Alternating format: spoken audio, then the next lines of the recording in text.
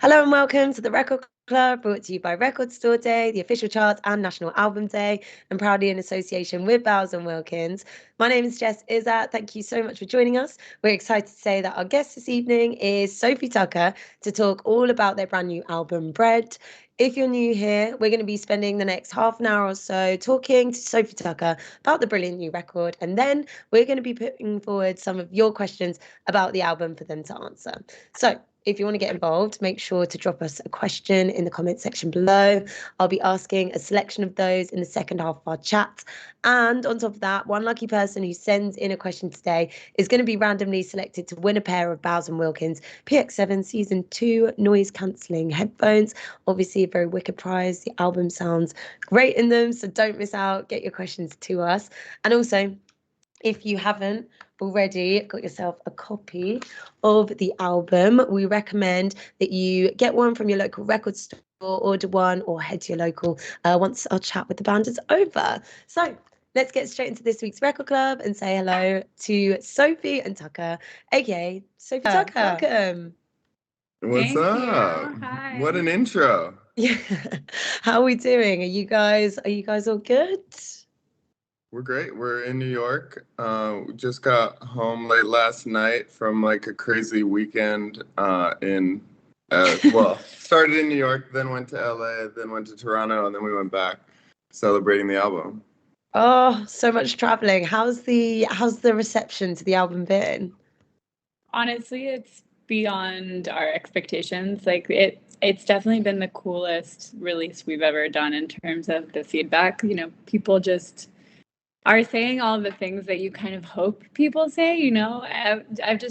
We've been so touched by the responses, and you know, we got to meet a bunch of people in Toronto and in LA and in New York and just hear firsthand, you know, what the music has meant to them, and it's been really, really, really special. I guess it's that sort of working on something for a while and then it just being out in the world, and then you actually being able to see people's live reactions is probably really special. Yeah, and we did a bunch of record signings at record stores also, and you know, hearing people's personal stories is always pretty crazy too. But for this album specifically, getting the messages we've gotten from a lot of our friends who make music, I think have felt like the best. Because this is our third album, and we feel like we really did make the best music we've ever made. But we always kind of feel that way. And it's a little scary. The week before the album comes out, you're kind of like, uh-oh. You know, hopefully people like it. And it's been feeling really good. I'm a big fan, and we have a question from one of the many amazing independent record stores that we have in the UK. We like to start things off with a question first from them. So we have a question from Pie and Vinyl, who are in Southsea. Apparently their pie is really good. I do need to go visit. But they're asking, and they're saying, we love the album cover in the shop. Can you break down the symbolism on the cover? Do the steps and the location have meaning? Also, we sell pastry goods. Would you consider a follow-up album to this called Pie? That's so funny. Pie and Vinyl is a good idea. Yeah. It also, for some reason, sounds super like UK to me. Yeah. Pie and Vinyl. Yeah. I don't know why. I mean, there's a lot on this album cover. So the first thing is it's shot in Brazil, and you'll hear in the music there's a lot of Brazilian influence, and we made a lot of the music in Brazil. So that was really important to us. And also all the dancers on the cover are all Brazilian dancers, and we really wanted to showcase just this amazing movement and sensuality, and like just a lot of the album and the lyrics and the content is, you know, about, you know, throw some ass, free the mind is one of the concepts of the album. Just how important it is to like be in your body and be, you know, out of the mind in that way. And I think, anyway, it was really important to us to be in Brazil, to be with Brazilian dancers. So that's the first thing. And we collaborated with this photographer and fine artist whose name is Rob Woodcocks. And he does all this amazing work with dancers in motion and like makes them sort of statues, and like he does this type of work, but usually in nature. And we really wanted to bring this to like some kind of like an elevated palace, like make it just seem so abundant and over the top in its like whatever is the opposite of scarcity, you know, just like too muchness. And we were thinking about it because a lot of the music also derives from jazz and from this sort of aesthetic that typically we just tried to mix a lot of different things in one. So, you know, having that type of dance. Keep going. You can continue. I'm like, there's so many things I want to say. I'm trying to say them all at once. Leave something for me. There's so much more. No, I was just gonna say. Well, now I'd like lost everything really. Well, okay. What I was gonna say was the idea was we wanted to elevate it and make it like beautiful in fashion and sort of next level. Elegance. But we still didn't want to take ourselves too seriously. Mm-hmm. And it's always sort of like I guess, I don't know. Sometimes, I guess, oftentimes I feel like it's my role to be like, okay, how can we like not take ourselves too seriously? And for this one, I think having Sophie in a gown that looks really like beautiful and fashiony and elegant, but you look a little closer and it's made of bread. And you're like, what the fuck? Like what's going on here? And like that little what the fuck laughing moment I think actually is really important to this whole. It's the bread as the top pocket as well for me. You know, I had to just a little bit. Just a little toast, you know. Just a little something. A little toast. Bread is also an acronym for Be Really Energetic and Dance, and so we were really trying to portray the Be Really Energetic and Dance part of the album title on this cover. We were initially thinking about it a lot, and a lot of the back cover is just me and Sophie, and that's, you know, definitely one of our favorite images. But it doesn't, like, community is such a big part of what Sophie Tucker has become, and what the album, you know, what we want it to feel like and what we want it to say. And it didn't feel right just being us two on the cover. So we really wanted to, that's part of the whole working with Rob Woodcocks, to like really create the energy and like the community aspect of that was important to us to have in there. Yeah, also, they all have like, it is amazing, like what you're saying about it like being movement but statuesque, like inspired by stuff that's quite serious to you, but then you were like, hang on, we have so much fun with stuff, like let's make it fun as well. Exactly. It's also, I mean, there's so many things to this image, but the building is, you'll say it better, I'll say Palacio de Laranjeiras. Yeah, it's the governor's palace in Rio. And we found out when we were there that the governor's politics are pretty shitty.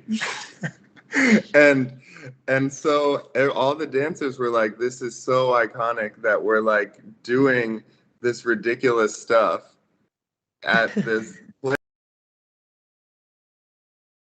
that like we don't like this guy. And we did a video. We're throwing at his our first video for the song "Throw Some Ass," which was the first single, in this house, and I was wearing assless pants in that video, and so like, and there was a lot of the dancers and myself had no ass on our pants, and we were like walking around this guy's house who I think definitely doesn't support probably a lot of what we all support and stand for. And it was just another added level to the whole thing that felt really funny and good.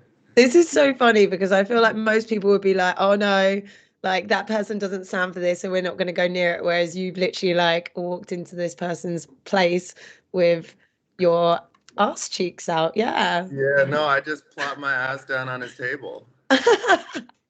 I'm obsessed with that. We have a photo of that, and they were like, "Get your ass off his table." They were like, "Okay, no, too far." No, it's true. I did it. We might not be let back in Rio. It's just banned. Your photos are like on the. That would be a real shame. I would hate that. Carnival was a huge inspiration for this album for us. So oh my god! Yeah, of course. I do have a question. Is this real bread? Is this real? Some of it. So most of it is not real bread. But there are a couple real croissants thrown in there. No, but there's real bread in the train. In the train, exactly. But that's a lot. Yeah. There's a lot of real bread in the train, but Sophie's actual dress is not real. She has it upstairs.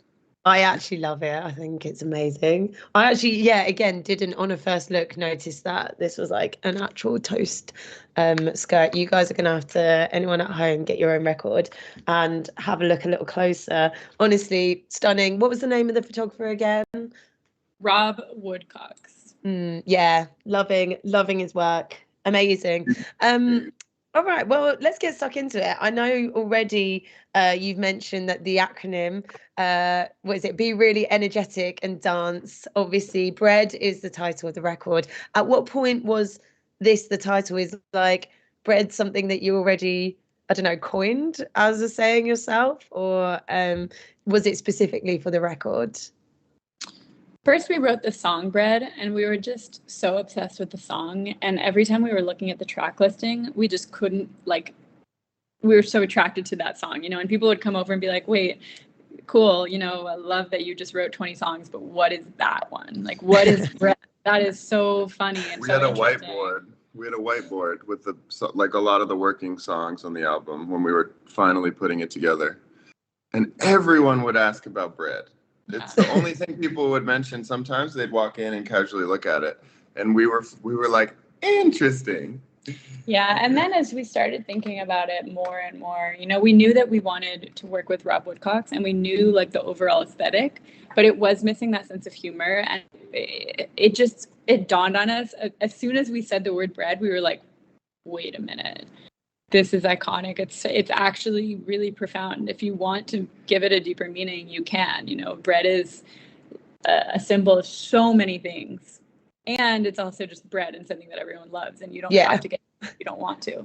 And so that really is what where it started, and then the acronym came after that. We were like, why not have an acronym? Be really energetic and dance. Super simple. Let's go. No, I love that. I am obsessed. And often a saying is that music is medicine. I mean, it's therapeutic. Has this album been that for you, would you say? The opening line of Throw Some Ass, even though it's called Throw Some Ass, is like, I don't know, it's hey doctor, can you give me something stronger? I feel like it really spoke to me. Mm-hmm. Yeah, for sure. I think for us, music is probably the best therapy we have. And I think for a lot of people, and I think making this album, I got into music because I was literally sick, and I was a basketball player in college, and I got sick and had to leave school for a year, and I wanted to be productive and not go down the wrong mental health path. So I just got obsessed with making music, and that's how I started in the first place. So it's literally always been an actual mental health savior for me. But I think this album particularly for us has been therapeutic because we took our time on it, and we really thought about who we are as a duo, who we are separately, and what we want to say and what we want to be. And we had so many conversations along the way about how our sound has evolved, because we're always trying to push the limits, and sometimes when you're pushing the limits, you go too far, and then you have to reel it back in. And we really wanted to be. We were really okay, what do we really want to sound like? We're not really fitting in a genre ever. We make dance music, but it's not quite just dance music, and there's songs with verses and choruses a lot of the time, so it's kind of pop music, but it's not pop music. And we really were what makes a Sophie Tucker song, and what makes us really feel proud and ourselves. We want to release 10 songs. Well, it ended up being 10 songs that we are gonna feel good about, no matter how many plays it gets or how much accolades it gets. And that's the best feeling in the world. I actually wasn't that nervous with the release coming up of this, because I love the song so much that I was kind of trusting that people would like it, but also if they don't, I just disagree. I'm not inside, I'm not like, oh no, I knew we should have done something different. And that only happens when you're not totally sure about it. And on past releases, we've at least had a couple songs on an album or something that I think we both kind of felt that way deep down inside.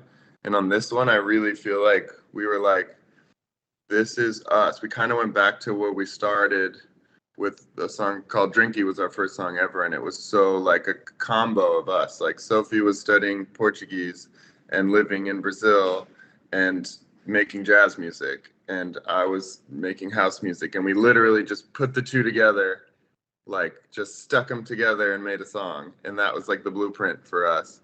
And we really kind of went back to, you know, what's the blueprint for us? I was going to say, Drinky was like one of the first songs that I had on my USB, like long time ago now. It feels anyway, and it's like got a special place for me. And then when I was listening to this, I just think it has that like signature like warmth that you guys have, like an amalgamation, kind of like takes you away a bit. Like, I don't know, like it's that like sort of bossa nova-y, but like fun, playful, dance to it, like you said. I feel like it's your moment with this, guys. I really do. Oh, thank you. I hope so.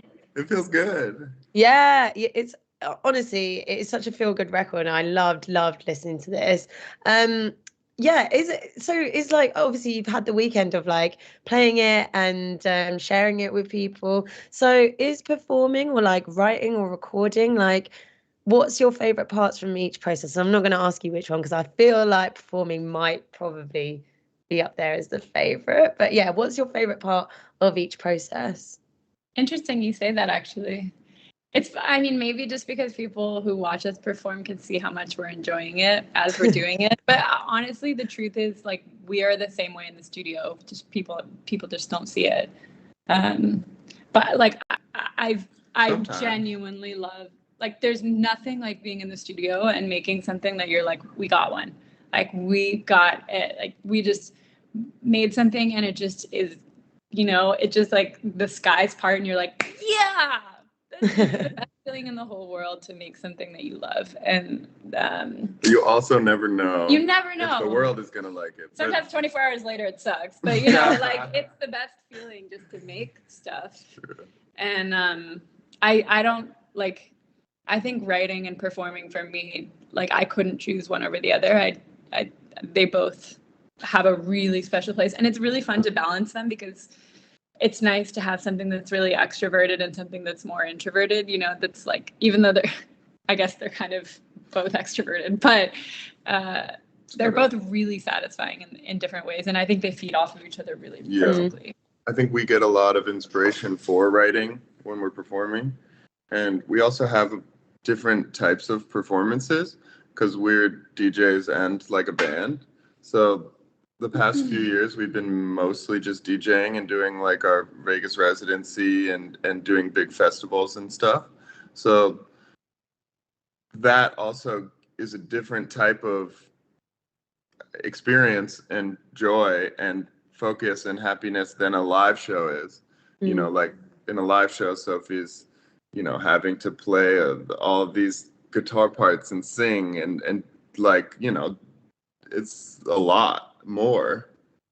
And then in the DJ set, you know, it's just a totally different part of the brain that's working and reading the crowd and being, you know, aware, also staying up late. And like, there's just so many different aspects to all the different types of performances we do.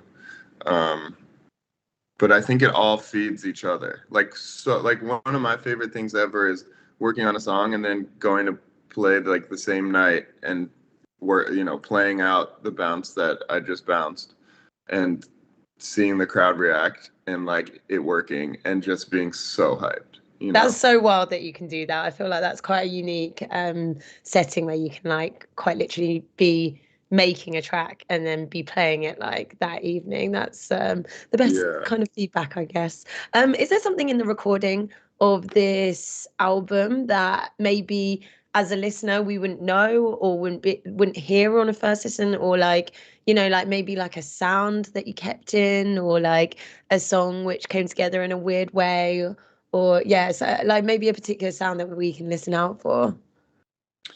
The first thing that I thought of, I'm curious to what you think of, but in the song Hey Homie, at the very end, there's something that sounds like a sample. It's in Portuguese, and it's this man's voice going like, "Quero te amar baixinho pra ninguém ouvir, meu amor." And it's actually not a sample. It's our friend Marcio, who he made a brand new song to sound like a sample, and it's using the same lyrics as Hey Homie in Portuguese. Like he translated it into Portuguese. Hey Homie. Yeah, and then he just, he basically, played guitar and sang, and then made it sound like a sample that we then threw into the song. And I just think that's the coolest thing ever. Like, it's yeah, it does sound like we like based it on an old sample, but that he made it after we made the song. That's cool. Oh, I love that. And I love that as well, because I put that out as like one of my songs that I return to, like, like has a little moment in the middle of the record. Around about the middle. It's like a nice little like chill D&B moment in there, and it's slightly different to the rest, isn't it? Yeah, I've always been trying to squeeze in some drum and bass for the past like bunch of years, and Sophie was never it just never felt right, or it wasn't, we have to both like love it, and it's a genre that I like more than Sophie. So, but on this one, she was really trying to squeeze in like a proper bossa nova song, and I was trying to squeeze in a little bit of drum and bass, and we just kind of put them together, and we're like, oh, we could do both on this one.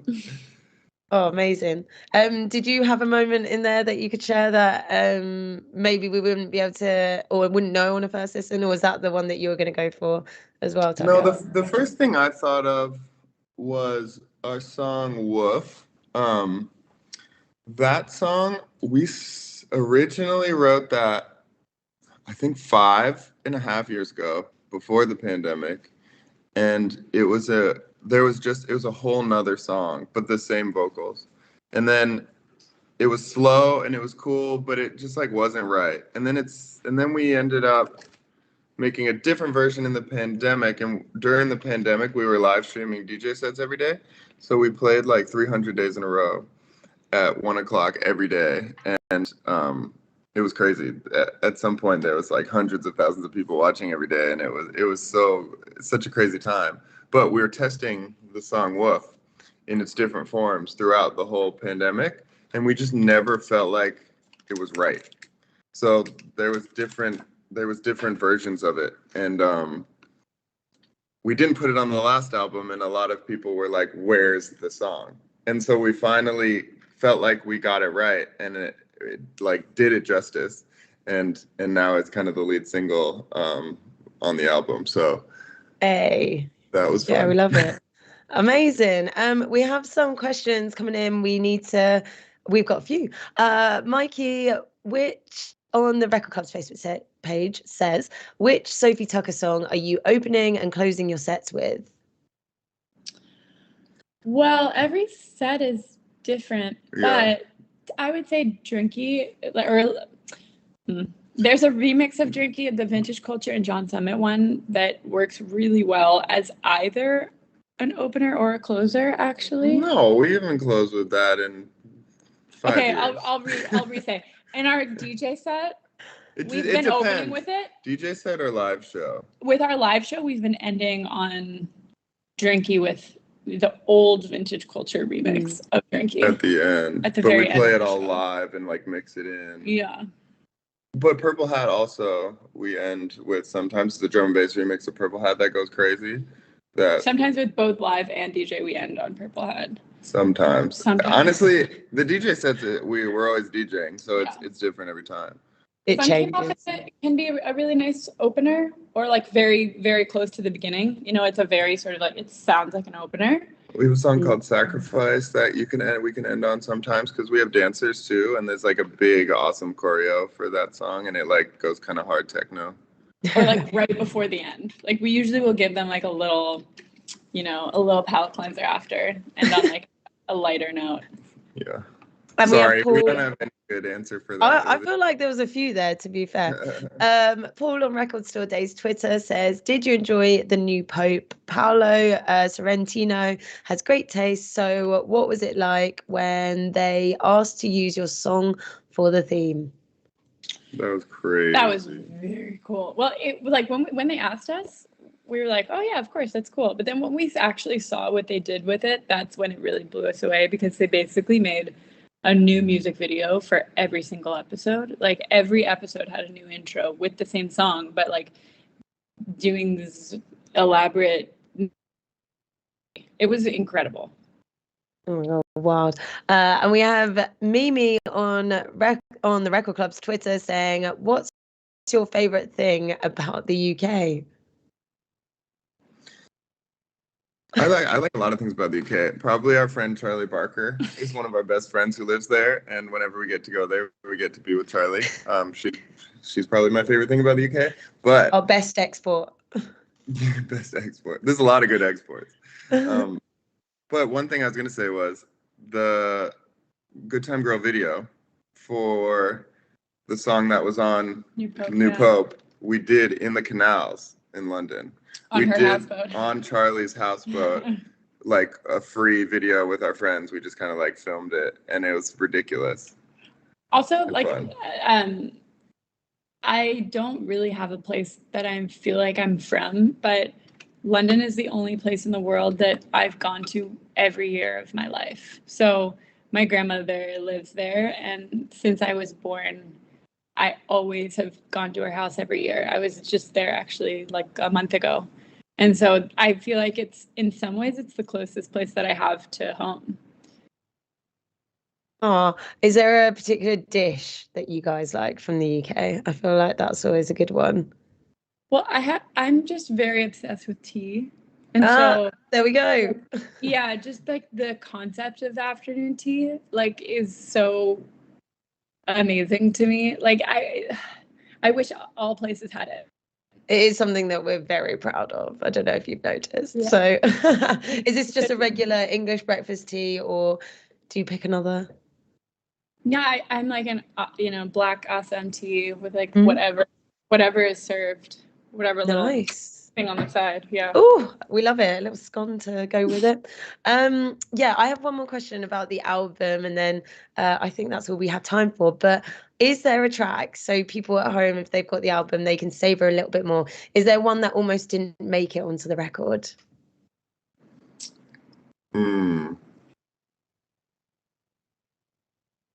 It really felt like this was the clear like vision. I think because we weren't even we don't go and like, okay, let's sit down and write an album. We just write music and try to make the best music we can, and then eventually when there's a bunch of songs that feel cohesive, like we'll be like, okay, this is a project here, there's an album, and then we'll like sort of like start shaping it. But it never felt like anything. There's some songs that aren't on it, but they were, not in the right world. And I think all these did. I mean, Jacare was a song we put out like a year ago, and that's on the album. Kind of snuck it in there because it just felt like it was really in the same world, the same palette. We loved the music video. It was in Rio. It just like felt really cohesive. But Throw Some Mass actually is the only one I can think of that we were gonna fight for it, but it was the last one we finished. Really? Yeah. Even literally like right before we were filming the music video, we were still like, we barely had a finished version because just that verse. Yeah. But it was written at the same time as all of them. Totally, yeah. But we had that final 5% to go, and we finished it in the final hour. Like, it was... No, but it wasn't that it wasn't going to make the album. Like, it was already this first single, no matter what. We just didn't finish it yet. It just wasn't done in time, the pressure. Yeah, exactly. We just wanted it to be, like, so perfect. And I do think we got there. I love that song. And I guess also with the story that you mentioned earlier with Worth, we can savor that on the actual making it onto the album because of it existing in the world in its many forms before. But guys, yeah, that's actually all we have time for. Thank you so much for joining me. Obviously, you lot at home, treat yourself to your own physical copy of Bread now that this episode is over. Pick one up from your local record store. Also excited to announce that the winner of this week's Bowes & Wilkins Wireless Headphones Prize is poll on Record Store Day's Twitter. So slide into the Record Club's DMs. We'll get those headphones to you. Big ups to Paul. Thank you everyone for joining us and sending in your questions. This plus all previous episodes are available to watch back on Spotify or YouTube. Sophie Tucker, thank you so much for joining us. Thanks for having us.